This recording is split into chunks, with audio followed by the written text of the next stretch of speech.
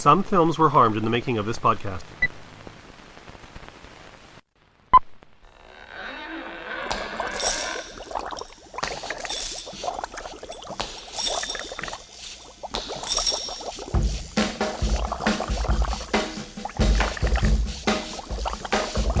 Hey everyone, and welcome to For Your Consideration's fourth and final installment of our 2019 October Fright Fest Spooktacular. Thank you for joining us. I'm your host, Mike Josic. I'm also your host, Dustin Friesenhan, but a different host than Mike Josic. We're not a two-headed beast.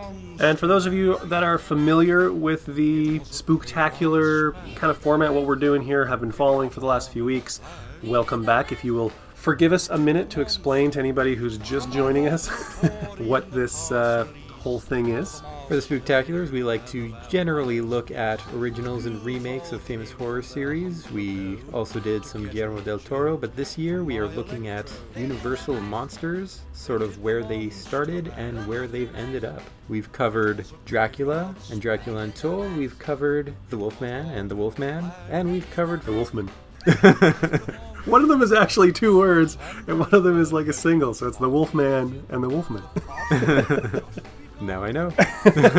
Well, it's not actually. It's like Spider-Man. Robot. And we covered Frankenstein and Victor Frankenstein, and now we are at the final episode, which is The Mummy and The Mummy. Yeah, we were talking about the Dark Universe and how the Dark Universe failed, or was a non-starter, and Dustin and I both kind of had similar takes on the 2017 Mummy with Tom Cruise. And as we were talking about it, we were like, hey, here's our Halloween. Let's do the Universal monsters, and I guess they're not remakes, they're like reimaginings, yeah, like franchise rebirths or something. Bringing it into the more modern age. So we're going to start with the discussion of the 1932 The Mummy. After a little bit of back and forth, we will bring in the 2017 Mummy and talk about that for a bit. Round up our thoughts at the end. Yeah, that's pretty much all we do. It's not really complicated. So I'll start with reading the credits off for The Mummy, which was directed by Carl Freund, produced by Carl Laemmle Jr. Screenplay was by John L. Balderston, from a story by Nina Wilcox Putnam and Richard Schayer. It starred Boris Karloff, Zita Johann, David Banners, Edward Van Sloan, and Arthur Byron. Edward Van Sloan, by the way, has been in 3 of the 4 movies that we've covered so far.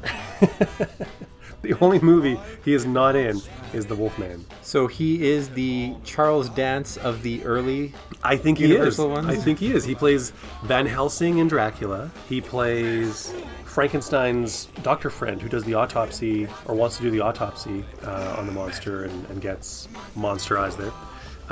And in this one... He gets off-screened. Yes. Terrible fate. And I would probably have a much more specific comment on him for Frankenstein if I actually wanted to Google and go back and find out what his character name was, but I don't. And in this one, he plays Dr. Muller, which is one of the museum guys who are basically forming the resistance against Ardith Bey and his evil machinations. This is not my first time seeing the film. I believe this is your first time? It is indeed. Dustin, what is The Mummy about, and what were your feelings on it? The Mummy is about Imhotep, who decided to try and hook up with somebody he should not have back in the ye olde days of ancient Egypt, and gets his arse completely cursed by the pharaoh, only to be uncovered a few thousand years later by a British archaeological team, and his entire purpose is to try and resurrect Ankh-Senamun, his beloved, and a few people get killed along the way during that little quest before they finally stop him. That is pretty much the plot of this and the Brendan Fraser movie, for that matter. Except this one had better makeup effects, I think. Ooh.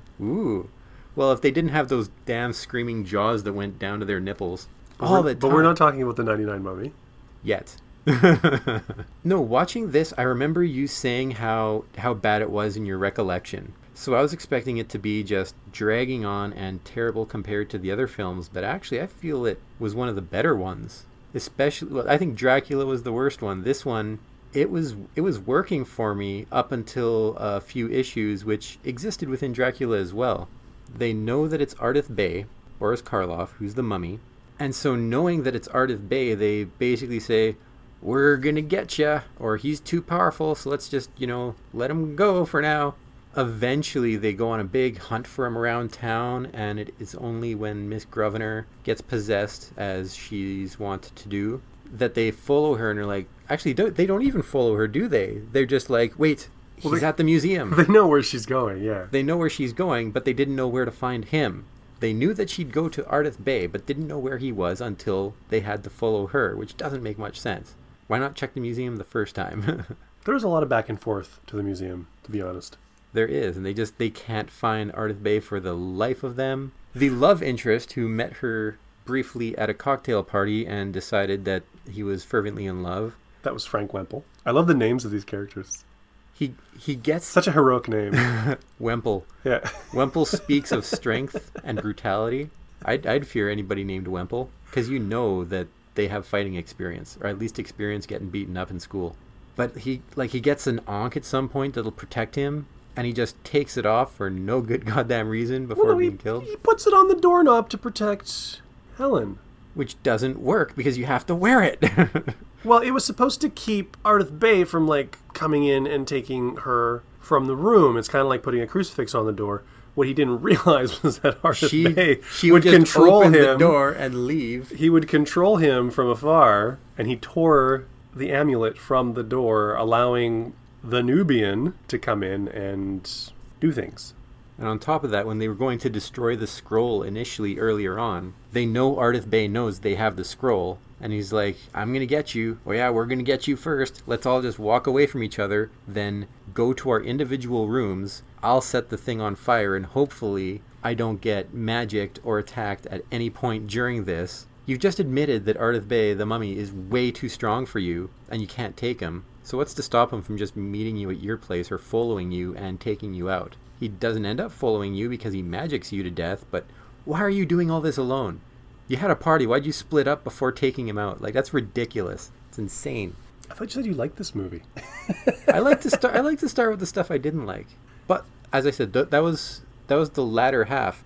When it's talking about Ardith Bay and the mummy and his plans, his actual machinations, I enjoyed it. He had a way to sort of keep himself hiding behind the scenes in order to get everything that he wants so that he can try to bring back Ankh Sunamun. And it's actually a very clever villain, minus that one part.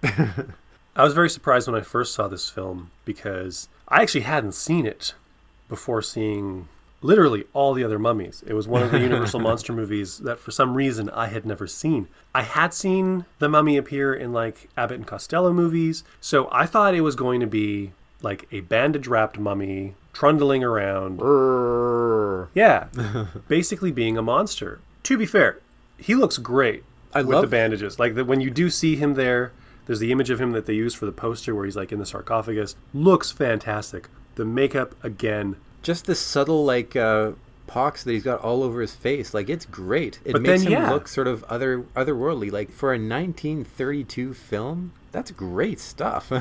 He spends most of the movie, Boris Karloff spends most of the movie not in bandages. And I thought that was really cool. And I was catching all of the things that were used in the 99 Mummy and in the 2017 Mummy that came from this movie. And I'm like, that's cool how that works. And the whole story about Ankh Sunamun and Imhotep and the forbidden love. And I mean, that all is there. I thought some of that was actually kind of created by Stephen Sommers to flesh out the 99 version because it's a 2-hour movie and this is 70 minutes or whatever. But what I originally did not like about this film was the pacing of it. I thought it was super clunky and it lacked a lot of drama and a lot of sort of thrills, I suppose. Even in that silly fun way that, you get from an old movie. Not that I would genuinely be terrified by anything in this film. Rewatching this past week, I was a lot less critical of it. I don't know if Dracula maybe set a standard for really bad pacing, but it's still not as exciting as maybe it could be or have as many interesting things in it as it could.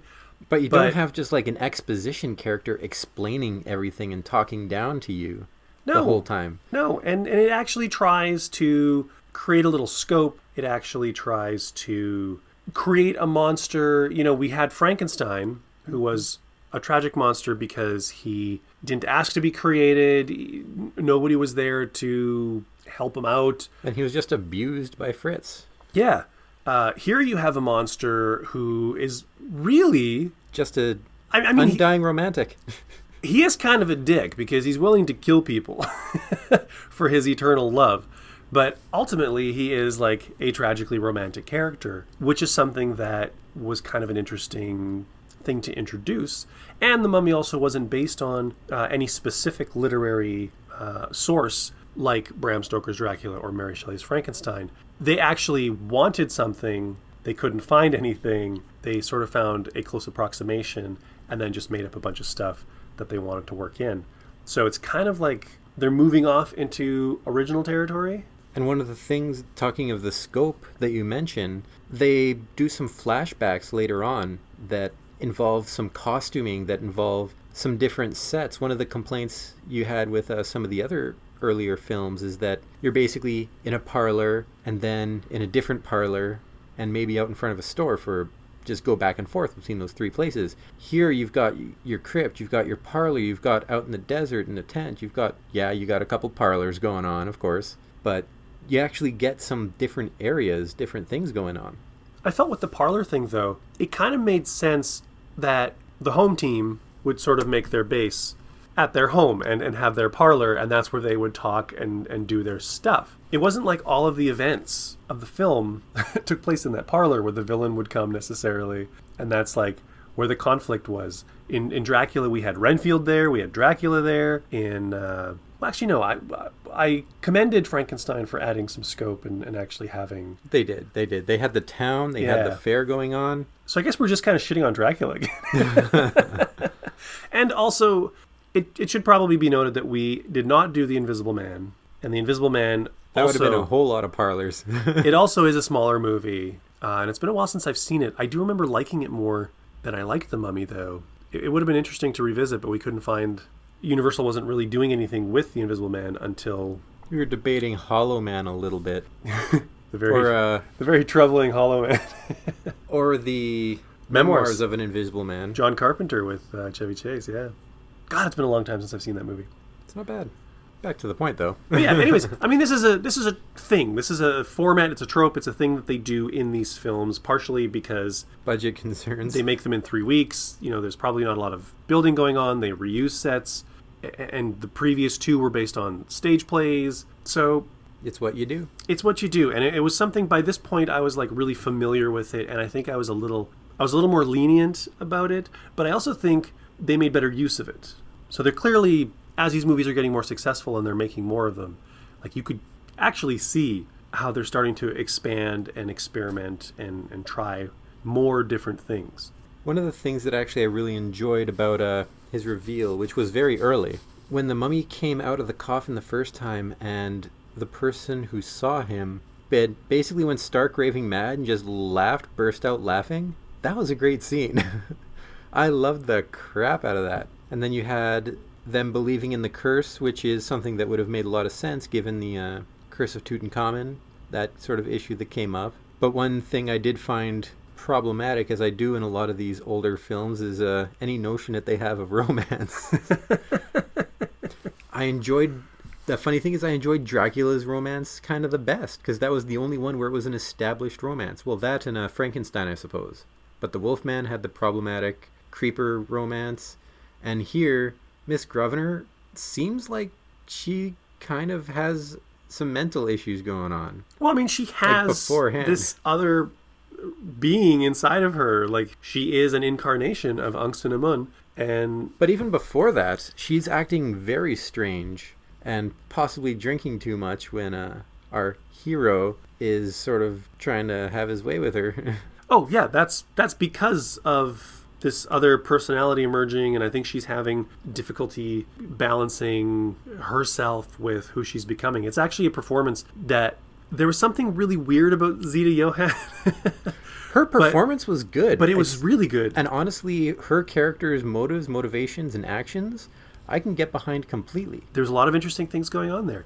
The way that Wemple was kind of hitting on her and being like, somehow your face is so familiar and I'm just really into you and I'm going to devote my entire life to you. Like, that's that shorthand Hollywood got to get these two together kind of thing, which I'm really starting to grow against. It is interesting to note, you've got The Wolfman, where we found that problematic, and we've got this film where we're finding it problematic. We really liked both female characters in The Wolfman and The Mummy, but it was the behavior of the male characters.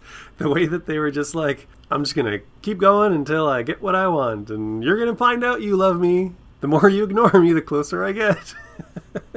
Who cares? You see, you belong to me. But, old school romance. But it is interesting that clearly that romance had to be there because that was what people think that was is required in every single movie. Exactly. If you're going to have a man and a woman, there's going to be a romance, and there has to be like a hero and a heroine and a whatever. But the fact that you could tell the writers were putting that in there because it had to be in there, but they were also writing better women than they had to. It could have just been a typical swooning, oh yes, you're very handsome and you saved me from whatever, so let's get married. But they were actually three-dimensional women. They were actually really interesting women. And Elizabeth in Frankenstein, very similar. Like I liked her character. She had dimension, even though we probably saw the least of her than most of the other characters. All well written, which will come up again when we look at the 2017. Yes, it will. Before we move on to the 2017, though, I just wanted to point out we've kind of been like bagging on Dracula all month. If it didn't want to get bagged on, it shouldn't have been so bad. I still haven't had a chance to see the Spanish version, which I'm very actually eager to do when I have some time. But the director of this film, Carl Freund, was the cinematographer on Dracula. And this was his first feature. And I find that kind of interesting because there is a lot of like things with the cinematography from Dracula that I feel are similar with The Mummy. I think the inclusion of, not having big, large, soundless nothing was very helpful. He was, in charge of the lighting and the camera work. For Dracula, Todd Browning was the director. And that was good. Todd Browning's in charge. And I blame Todd Browning for that film. It was just kind of neat to see, because one of the things I really liked about Dracula was the sets, was the lighting, was sort of the tone and the mood that they were trying to put forward, but I felt like the film kept undermining its own tone and atmosphere with just dragging things out. So now you have the good parts of Dracula with the bad parts replaced by something else. Yeah, which I was really happy with. And I thought it was interesting that this film not only has Edward Van Sloan in it as connective tissue, but it also has Carl Freund doing the directing, and that, there was probably a sensibility that was brought in that was... How would you rank it amongst the 4 classic films that we've seen this month? I think we should wait to do that till the end. Alrighty then. There's probably more to talk about this movie, but let's bring in the 2017 Mummy so that we can... compare and contrast. Now, the 2017 The Mummy was directed by Alex Kurtzman, produced by Alex Kurtzman, Chris Morgan, Sean Daniel, and Sarah Bradshaw. Screenplay was by David Koepp, Christopher McQuarrie, and Dylan Kussman. The story was by John Space, Alex Kurtzman, and Jenny Lumet. It starred Tom Cruise, Annabelle Wallis, Sophia Boutella, Jake Johnson, Courtney B. Vance, and Russell Crowe. This film was... Well, we were told that it was the beginning of the dark universe. I think at one time Dracula Untold was supposed to be the beginning of the Dark Universe. They kind of flip-flopped on that. I think they rejiggered it at some point, yeah, and went for this. And I think maybe the idea was, rather than just having like, let's reimagine these films, they were like, let's create an interconnected universe. And I think that's where this movie came in. And the people who were making this movie, they had that all kind of worked out. I don't know. I should have... In the month that we've been doing this, I should have done more research on the actual birth of the Dark Universe. Anything I could find was very sparse, to be honest. I didn't hear about any future plans they had, except for Bride of Frankenstein from you. Well, they had a cover on Vanity Fair. I think it was Vanity Fair, with all of the people involved in the Dark Universe. And there was going to be... I think Johnny Depp was going to be the Invisible Man, and The Bride of Frankenstein was supposed to be the next film, and... They had A Creature from the Black Lagoon. That was another one that they were working on that they wanted to bring in. I don't remember there being a Dracula. They had Russell Crowe, of course, in there as Jekyll. I don't know if Jekyll was going to get his own film or if he was just going to continue as kind of head of the Prodigium. I wouldn't see him really getting his own film. More so flashback explanations. It's hard to know because... It didn't happen. It didn't happen. And it may not happen ever. and we didn't do any research beyond that, so... But this film itself takes a big step away from what The Mummy was. Some of the other ones were more close to remakes or reimaginings. Well, not Dracula, Dracula Untold, but here you can almost think of it as sort of a gender swap one. I wouldn't go there. I don't think that's fair to the film to just consider it a gender swap. It's not fair to just consider it that. It is one of the things that does happen, but it is much better written, for sure. It doesn't even actually follow the same undying love sort of idea. There's a lot more depth to it than that. It has a twist on it because she thought she was going to inherit the kingdom. Her father had a child. That child had a penis. Meaning she was basically going to be screwed over and not have anything. And she was ambitious, and she was counting on this. Her whole life has been building up towards becoming Pharaoh. So she goes out and she makes a deal with Set. Who may or may not also be the devil. That's actually one of the things that I like about the idea of the Dark Universe, because the idea of Set being the Egyptian god of death, but then it's discussed later about kind of evil in general and how evil has different names. Set is one of his many names, exactly. Yeah, so like Set is Lucifer, is whoever. But she makes a deal with Set, and she kills her father, she kills the baby, she kills kind of everybody she's got to kill, and then she's going to kill Handsome Dude, and Set is going to inhabit the body of Handsome Dude, and they're going to rule shit forever. And then this that doesn't gets quite spoiled. work out. So it's like, it's kind of similar. It's got a lot of the same beats, but it's different. And I love how they walk that tightrope of making you feel the same things, but giving you something new. Completely new, completely different, very different motivations. Even you look at the relationship between her and Tom Cruise's character, and then Imhotep and Miss Grosvenor from the original. Imhotep is constantly trying to get Miss Grosvenor to go to him, and she's going back and forth between being controlled and not being controlled. Here, Amenet is trying to control Tom Cruise and does so in a very subtle manner, and it isn't out of love for him, it's out of wanting to use him simply as a vessel. He's purely just a flesh bag, pretty much. Pretty much. And it's cool because, again, this is that tightrope thing where Helen is drawn to Ardith Bey, Imhotep. Nick is drawn to Amunet. And both of them are struggling with their own agency. And to not do this, to not be attracted, to not be like drawn to this force, which they see as malevolent. I loved the scene with Tom Cruise where they're driving away from the church where he was about to get stabbed, but she didn't have the full complete dagger. So he's driving away and they're arguing, him and Jenny driving through the forest. Where are you going? There's a road over here. How do you know that? I just do. And eventually they're talking about how he's under her control and he's trying to deny it until he stops right in front of her. He's like, crap, I'm back at the church. I am being controlled.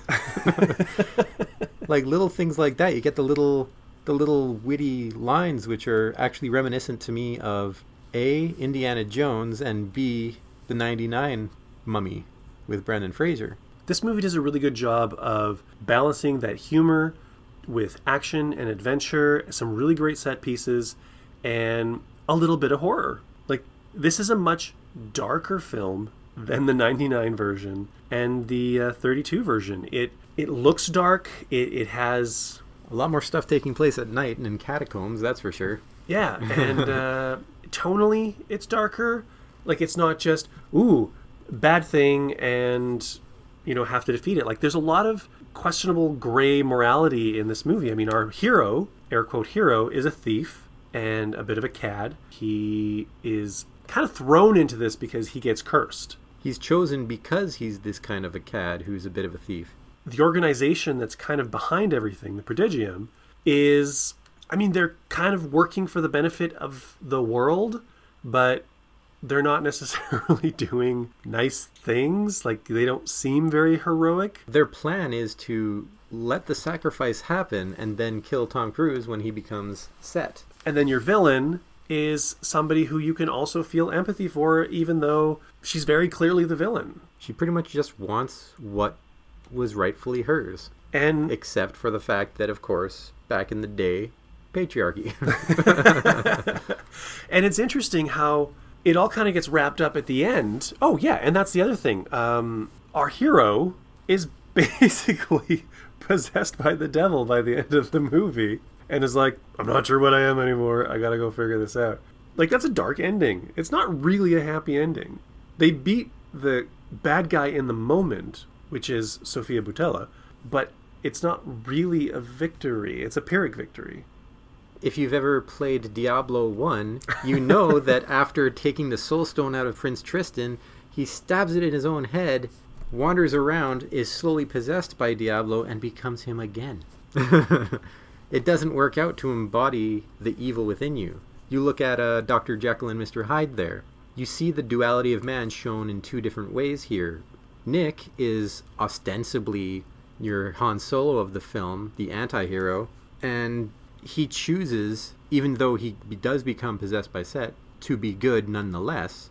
Whereas you look at the story of Dr. Jekyll and Mr. Hyde, Jekyll specifically created the potion to become Mr. Hyde. He just didn't have the balls to go out and beat people to death with his cane.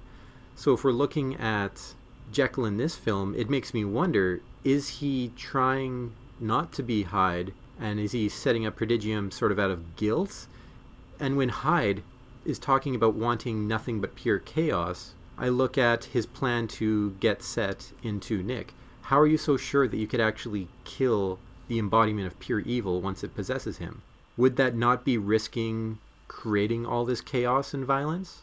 But they're not sure. It's just the best idea they have. Wouldn't just destroy the stone be the safest way to go? But then you don't destroy evil. To think that you can destroy evil just by stabbing a dude is really short-sighted and really kind of ignorant, especially when they don't know what they're doing. They're not super clear on how they plan on killing Set within Nick. That they aren't, but they're just very clear that they want Set to possess Nick so that they could potentially destroy Nick. Or maybe they're just going to, like, trap Nick or do something. I mean, they have their ways of trapping Amunet. Like, anything to deal with Dr. Jekyll or Mr. Hyde is a little foggy. In particular, how the heck he operates anything. He's got these ampules that he's got to jab into himself to turn back from Hyde. And I guess it takes like just 10 seconds of not injecting himself for this to happen. He's got his own office, which is a big safe room to prevent Hyde from escaping. The scanner actually tells whether or not he's Jekyll or Hyde, so he can't just, do a palm print to get out. Why does he not have people following him with these ampoules to stab him should he start changing? Why does he not have some automatic thing which injects him when he starts changing? Because you can scan to tell whether he's Hyde or Jekyll. Why is he ever allowed out of that office if he can't handle it, because he does change into Hyde at one point? This was my one only real problem with the film, because you don't really know whether he wants to be riding that line with Hyde, because they're never really clear about that. And you don't really know too much about Henry Jekyll, and Hyde's not around long enough to really do anything other than just slap Tom Cruise around. By the way, speaking of slapping Tom Cruise around, do not let me forget that point. And I wish they would have put a little bit more of that into it, but honestly, I think had they tried to put more of that into it, it would have really derailed the film. And one of the things that you and I both champion about this movie is that it was setting up an entire universe, interconnected universe, but at no point do I feel that this film isn't just its own film. And I think you felt the same way. Yeah, you look at some of the Avengers films and it feels like they're just shoehorning people in left, right, and center, and it's way too busy, but everybody loves it anyway because nobody's really got that much of personality. It doesn't really matter. It's all just punch people strong or punch people stronger or maybe fire a laser every now and then. I mean, they're fun, but everyone became sort of the same by the end. And this movie starts off with introducing the tomb, the Crusaders' tomb, which is an actual thing that happened. That's a real thing. They were incorporating that into the story. They were tying these Crusaders into ancient Egypt, which at first I was kind of like, whoa, how are they going to do this? And I thought they did a really good job with it, because Crusaders found all sorts of shit during the Crusades. Going around stealing from Muslims. They explain it. They explain it, and they give it a reason to be there, and it creates the context for the gem to be in London, and for the dagger to be in the reliquary, and for Amunet to want to be there. And the prodigium is there, and it's in the background. They show up. It's kind of like Nick Fury at the end of Iron Man. Like, you're never really just feeling oh, here, we're laying pipe. It's just It's Men it in Black. gives you a sense it's of a greater John Wick. universe. It's any one of these action films where there's an organization that just happens to exist somewhere. They exist in all these films, and this one just happens to have a bit more going on with it. And they don't spend too much time with it, except when they have to. And when they do, I mean, I was telling you that the whole thing in the Prodigium where they have Amunet chained up and the whole Jekyll and Hyde thing happens with Tom Cruise's character. By the way, Easter egg, the gold book from the 99 Mummy. Annabelle Wallis uses it to clobber a guard and drops it on the floor. Any kind of callback that's done in a way that's classy but not obvious and stupid, I dig. But it slows the pacing down of the film being there, but there's nothing that happens there that isn't sort of narratively relevant, so I never feel like this is just laying pipe, that this is just there to say, hey, by the way, when you're done watching this movie, watch for our next movie coming in 2019.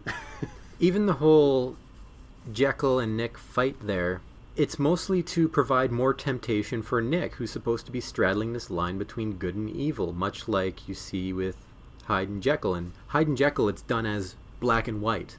That's the only way it can be. Good must destroy evil. That is how Prodigium is treating it.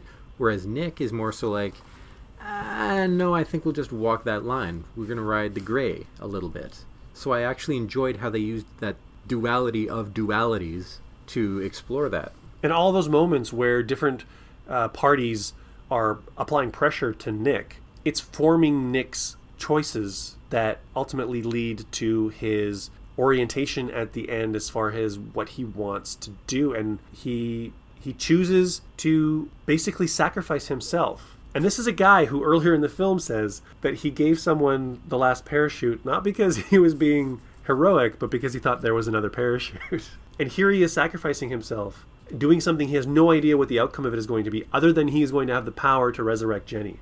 And it's all about... And the power to take out Amunet. Yes, and it's all about defeating Amunet, and Jenny does not deserve to die. And that is his hero's journey, like, through the film. He starts as a completely selfish... Hell, even at the end, he revives his friend. Vale! Vale comes back, Vale doesn't want to be there. He's like, I'm real happy you brought me back to life, but can I just not be wandering around the desert with you like some sort of asshole? But no, Nick is forcing him. Nick is screwing over Vale like he was in the beginning. I disagree. I think... And Vale, all he wants is to not be in the cave surrounded by spiders. It's, can we just get out of here? We've talked about the battle with Amunet at the end, and I mentioned the slapping around, and I want to just talk about Tom Cruise in this movie. I am not a Tom Cruise fan. There are very few Tom Cruise movies that I will actually sit down and watch more than once, or even just bother to go in the theater and watch at all. This movie is such an undermining of the typical archetypal Tom Cruise character. He is a liar. He is a cheat. Sure, he's kind of lovable, but he's also not exceptionally bright. He's usually behind everybody else in the movie as far as what's going on. He gets beaten up a lot. And slapped around. Slapped silly. Like, there should be a drinking game for how many times he gets slapped in this movie. And the final battle with Amunet, where he just runs at her and she just swats him down. Like, you don't usually see you see Tom Cruise get beat up in movies, but usually he's giving as good as he gets. And in this movie, he's just getting beat up. And he's getting beat up by ladies, which is also something you don't see a lot of in action movies with, like, literally the world's biggest movie star. And I thought that was really brave of him to do. I thought there was a lot of things that he chose to do in this movie. And I know that he still drives me nuts. Like, I can barely stand to hear this guy talk in interviews and stuff. I'll always remember him on Oprah's couch. But he has an instinct for things that are going to work cinematically. And I think in certain roles and doing certain things, he manages to bring a group of people around him that can really put together something really interesting, like Edge of Tomorrow. What a great movie. That was a fun movie. And this movie. What a great movie. Why have people shit on this movie so much? I think it's time and place. It's just that they were not ready for a big summer blockbuster horror movie, or they were too busy comparing it to The Avengers, which everyone just still loved the crap out of, because they mentioned the Dark Universe. I would love to say that blockbuster or event fatigue was responsible for this, but I want to bring a few of these up because I think we need to respond to them. Dustin and I are great defenders of this movie. We both really, really enjoy it. Earlier this week, we were looking through some of the critical responses. This movie's getting like 16% on Rotten Tomatoes, 34 out of 100 on Metacritic, and like the responses that critics are giving to this movie. So one critic says, if you like incomprehensible collections of things that vaguely resemble other things you might have enjoyed in the past, The Mummy is the movie for you. What's so incomprehensible about Mummy tries to sacrifice somebody who tries to not get sacrificed? And another critic says a mishmash of wildly varying tones and plot strands from its convoluted beginnings to its shameless non-end. This barely qualifies as a film at all. None of it makes sense. The film delivers all the chases, explosions, zombies, and ghosts you could ask for, and there are a few amusing lines, but between the headache-inducing flashbacks and hallucinations, the narrative would be easier to follow if it were written in hieroglyphics. This is not a complicated film that's hard to follow. It is a summer blockbuster that is no more complicated than Brendan Fraser's The Mummy. It's less complicated than trying to follow, 23 different movies through an entire convoluted universe. I mean, how is this complicated? I'm fascinated by the fact that people are willing to track each character's movements and geographical location in time and space over the course of the Marvel Universe films, but they can't keep track of a film like this. Or, we've talked about Dark Phoenix. They talk about the flashbacks. Well. Wasn't there just one flashback? No, there's actually a lot of flashback imagery that keeps coming back, but I think it's narratively relevant. I read a review where someone was saying that they found it comical how many times they were recycling old scenes from earlier in the film. They're there, and I understand what they're commenting on, but it's not just like, we need to pad our running time. It's all relevant shit. Like, they keep flashing back to Amunet in the desert, or, other moments. I'm not even remembering those flashbacks, quite frankly. And I saw the movie, 2 days ago again. And I know we're not going to get a chance to probably talk about this movie again, so the episode might run a little bit long, and I'm cool with that. Because I want to talk about some of the really great things in this movie, like... I'd like to interrupt and bring back another comparison to the original Mummy that was sort of there. Amunet and Imhotep and their plans. As I said, Imhotep had this long-running plan where he pretends to be Ardith Bey, and he's a dealer in fine antiquities, and he tells them sort of where to dig to get the stuff that he needs taken out of the ground so that he can do this, that, the other, and get all his machinations working. In this one, Amunet essentially plans out everything as well. Possesses the friend to cut the strands on her coffin, gets the birds to fly into the plane so that it crashes in the right area where she knew that the stone was hidden in her reliquary, gets herself captured long enough to sort of get all the pieces together that she needs, vomits up the mercury because she wasn't going to let that fly. And sort of everything was planned in advance by her. It's only the fact that Nick didn't do as she expected at the end when he was possessed, and getting himself possessed, quite frankly, that threw her game off. Beat her at her own game. She was kind of a mastermind criminal. I mean, I don't think it was all like she had this all planned, and this wasn't like Lex Luthor, Batman versus Superman. Crazy intricate plan, let's set things in motion and watch the dominoes fall. I think once she got taken out of the mercury pool and loaded onto a plane, I think she was directing events once events would start happening to be to her advantage. I don't think she knew at the outset that she would be sitting in the prodigium and they would find the dagger and they would find the stone and they would bring Nick to her, and it would all be like, okay, now I'm going to vomit out the mercury and let's go do this thing. I think she was planning stuff out pretty solidly as it was happening. I don't think, she was like, okay, now they're going to bring me to Britain and I know exactly where that is and what's going on. I think she just had a sense that the knife was near. It was like, I'm going down now. Plane go down. So as I was saying before, I just want to call out like a few moments in this movie. Little things like before Amunet was about to sacrifice Tom Cruise, where she like tickles him. And the looks on his face, like when she lifts up his shirt and he's just like, what's going on? There's this bemusement through so much of Tom Cruise's performance through this film, where he's just not really sure what's happening or how to react to anything. And then she's like running her hands down his sides, and he has to he giggles because He's ticklish. it's ticklish. And it doesn't betray the moment because it's a very real thing. And it's still a creepy thing to happen, to be tickled by some undead creature that's on top of you. While being held down by zombies. And then Jenny walks in and sees it, and they do that head turn. And he's like, Jenny, run! Or even the beginning where Jenny's introduced and Tom Cruise is trying to talk to his senior officer. And is like, where would I know you from, miss? And she's just like, yeah, he's basically trying to shame me, thinking that I'm not going to fess up to having him in my room last night.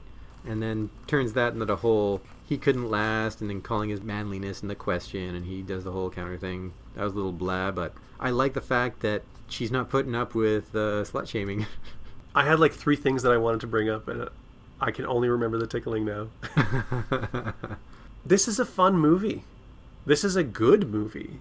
I'm actually heartbroken that we're not going to see a Dark Universe. I'm disappointed, absolutely, for sure. There's a lot of...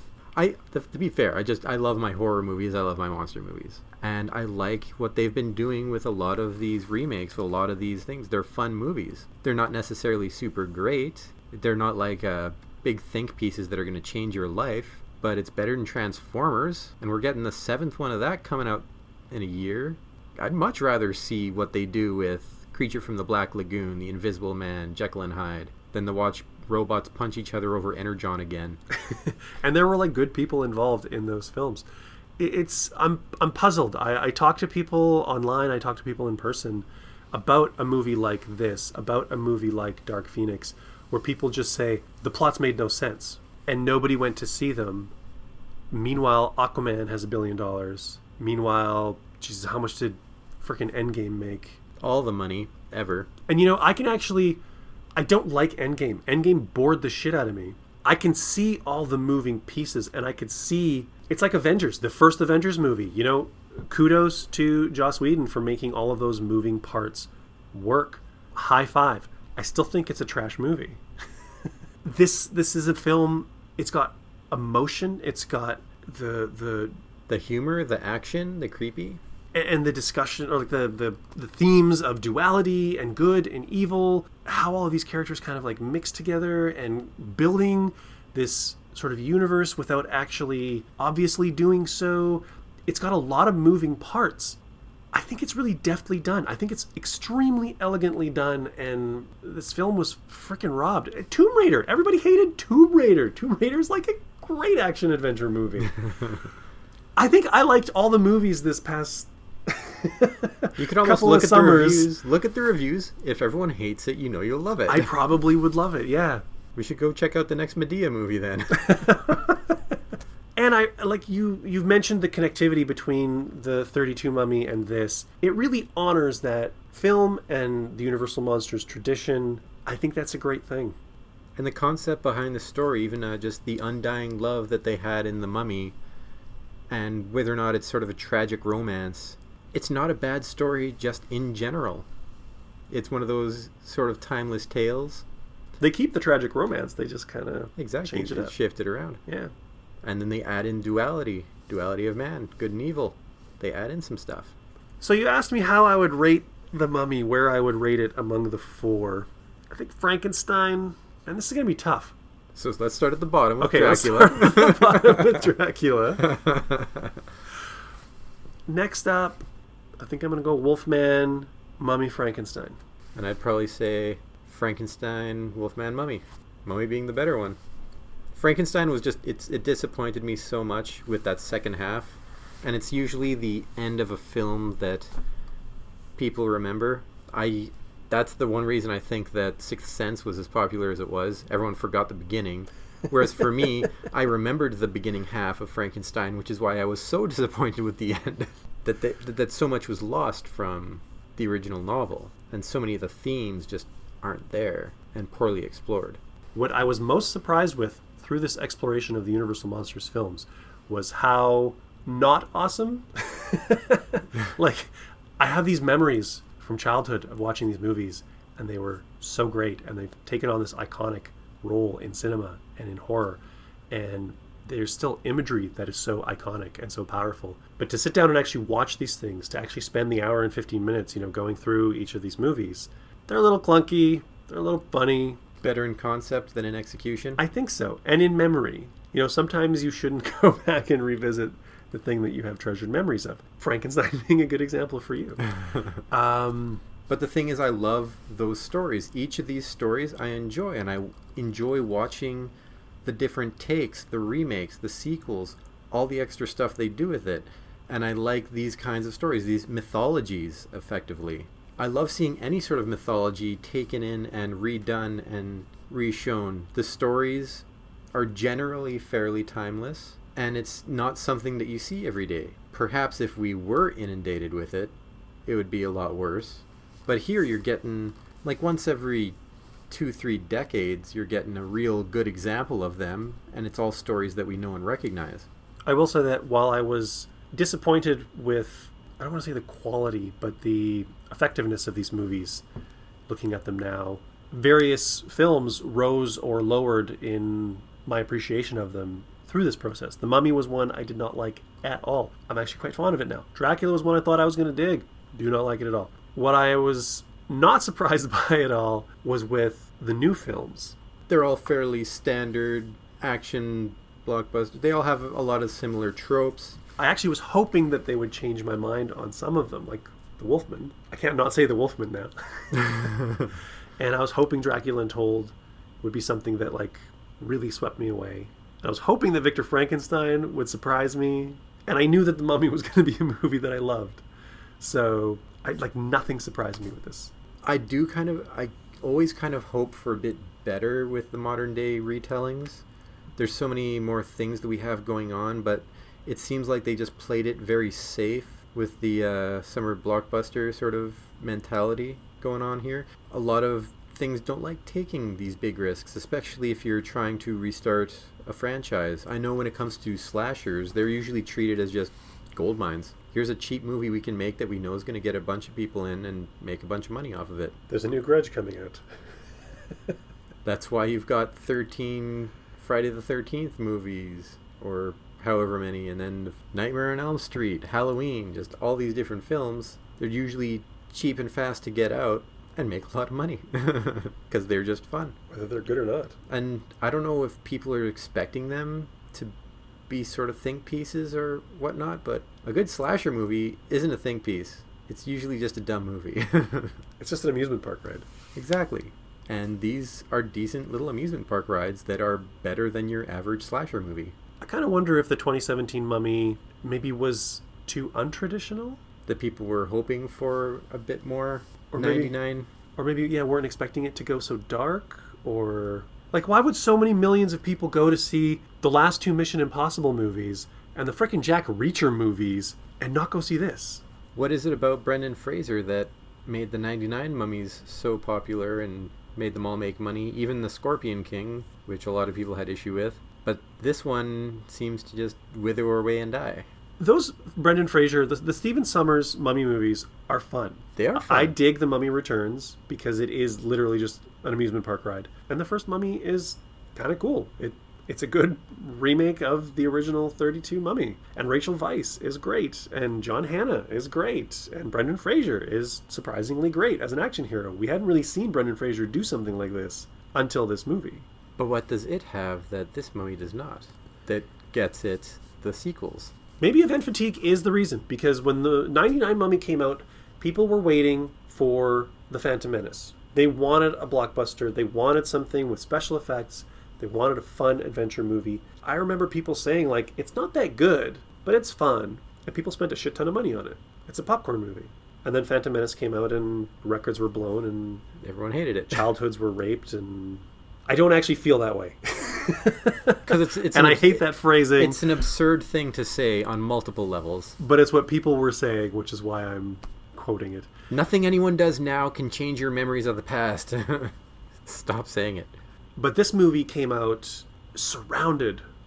All we have now are blockbuster films in the theaters. They're all amusement park rides because people don't go to see small films in theaters anymore, or not that many do.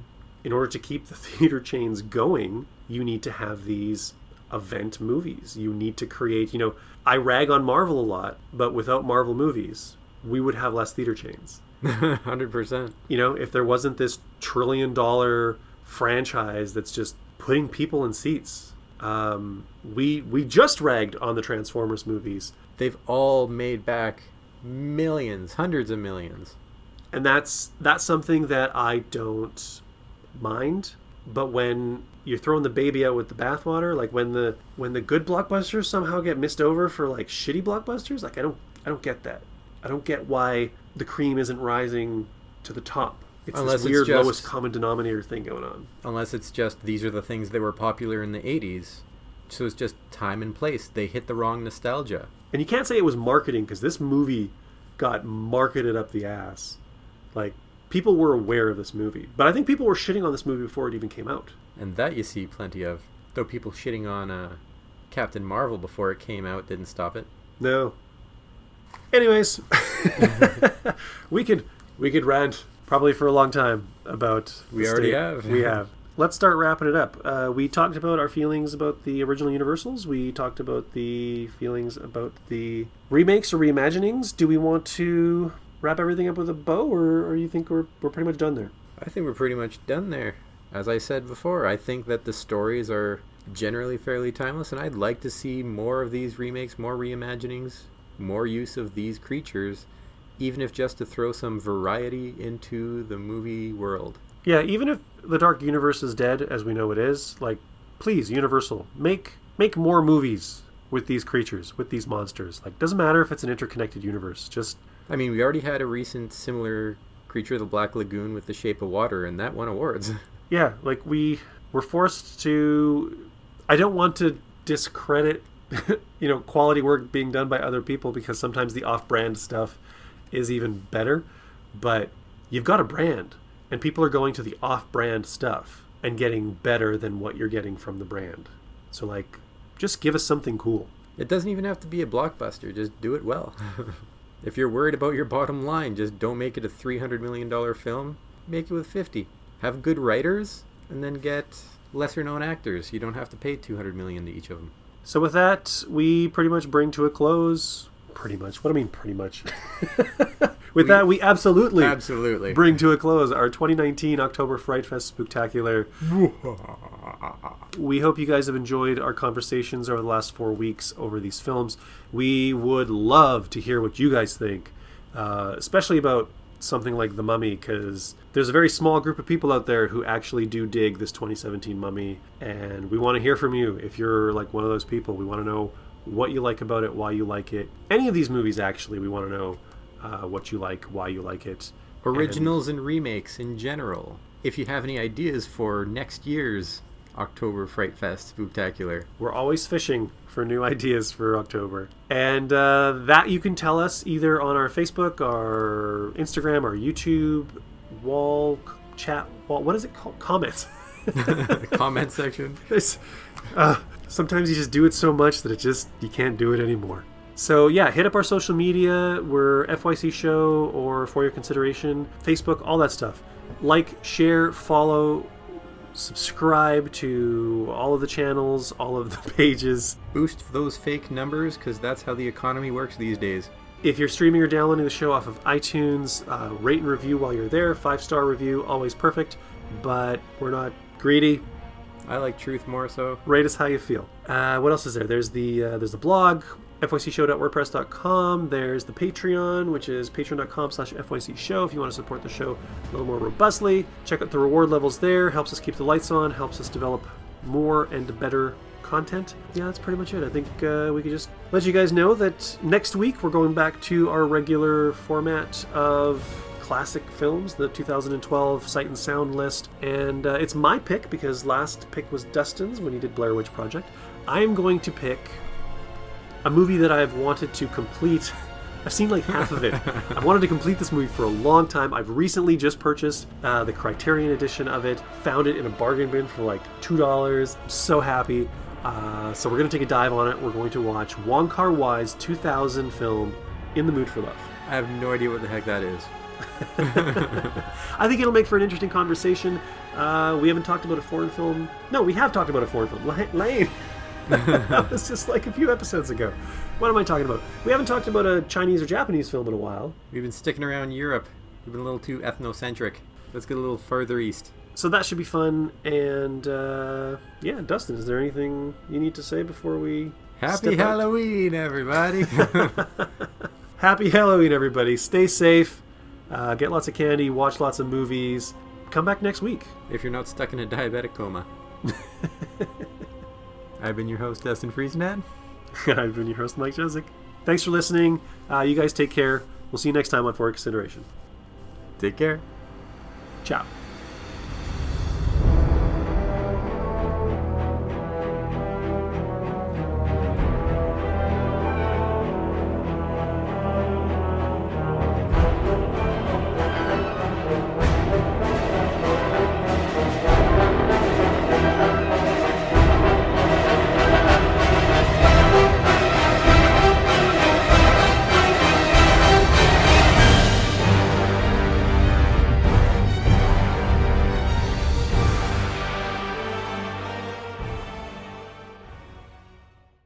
Hey everyone. Wow.